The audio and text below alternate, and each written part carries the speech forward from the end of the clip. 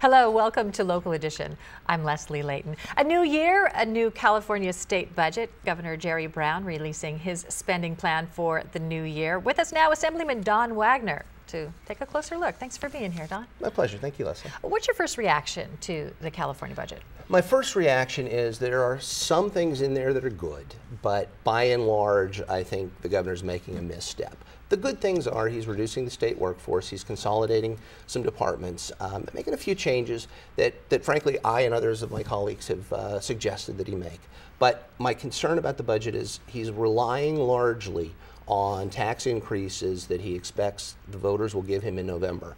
I don't think the voters are going to give him those tax increases. So in many ways, this budget is not balanced despite what the governor says. I also think that the tax increases are the wrong way to go because we are seeing an uptick in revenue.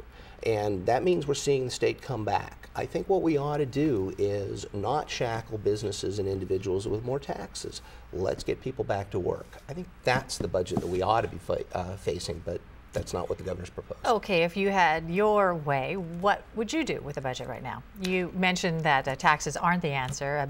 Deeper cuts? I would consider deeper cuts. I also think what we need to do in this state is a serious amount of regulatory and legal reform so that we make California a much more business-friendly state than it has been in the last several years. We've got to get people back to work. The legislature ought to be focusing almost exclusively on job creation because if we put people back to work, they're going to have the income, number one, to pay the taxes that fuel the budget, and number two, to provide for themselves so there will be less call for public services. I think job creation ought to be job number one for our legislature. Well, job creation is a good agenda item, but how does it balance the budget in the short term?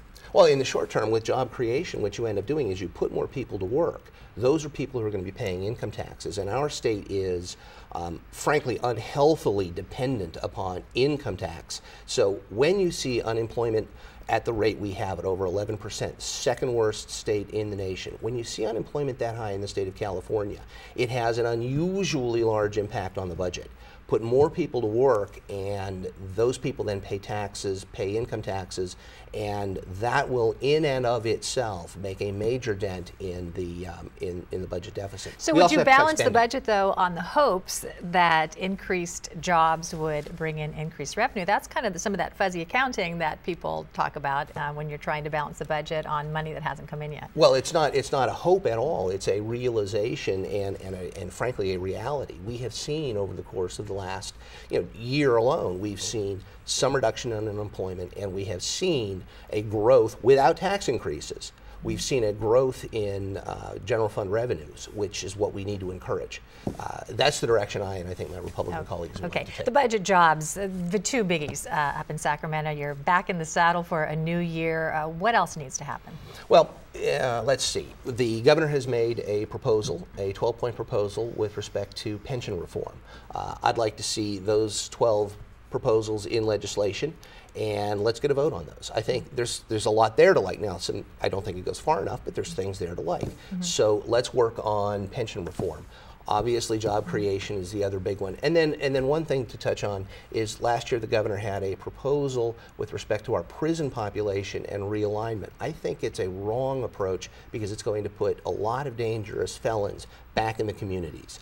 I think we need to look at other solutions to our prison problem and our prison population, including, for example, sending them to states that have the capacity and want to house our prisoners. Okay. Thanks for being here. Nice to check in with you. My pleasure. At the beginning of this year. And thank you for tuning in. Stay with us, more HLN right after this.